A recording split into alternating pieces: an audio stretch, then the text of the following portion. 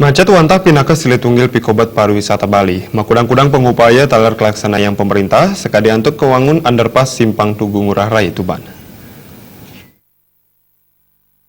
Bali pinaka genah pariwisata sanes sampun kasu bering jagate nanging kantos mangkin kantun ke arepin makudang-kudang Pikobat Silitunggil ipun Pikobat macet. Ngarepin Pikobat punika sane mangkin pemerintah kantun wangun underpass Simpang Tugu Ngurah Rai Tuban santukan rikalaning liburan wewidangan irikes tate macet. Proyek underpass kantun kapidabdabin saha kesang rebecik oleh pelaku pariwisata Anak Agung Tri Chandra Arke. Presiden Jokowi ring warse kali tali siongolas medue anceng mangde pengrahu wisatawan kali daseyu tediri saha majeng Bali ancam utawi target ipun kutus yute wisatawan. Kuentenan underpass puniki kaabdiang mecikang pariwisata Bali.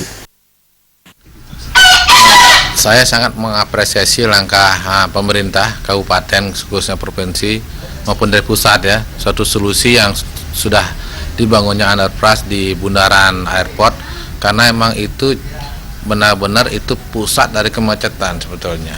Mereka yang keluar dari tol mau ke Jimbaran, mau ke Kuto, mau ke airport, di situ sangat jadi pusat kemacetan. Jadi dengan dibangun underpass ini bagian dari solusi yang bagus sekali, setidaknya melancarkan, mengarahkan arah yang jelas ya bagi pengendara untuk menuju tol, Jimbaran, airport. Nah ini sudah sangat. Nah solusi-solusi seperti inilah yang kami dari pengusaha pariwisata ini, solusi-solusi seperti inilah yang kami butuhkan.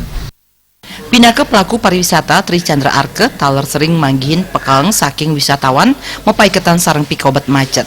Pariwisata ring widangan canggu taler sayang ngelimbak tegap antuk akomodasi ipun sekadi hotel, villa, wiadin restoran. Dan ingat tiang puangunan jalan bypass Canggu Tanah Lot, Preside di Kedis Kelaksanayang. Winate Bali TV.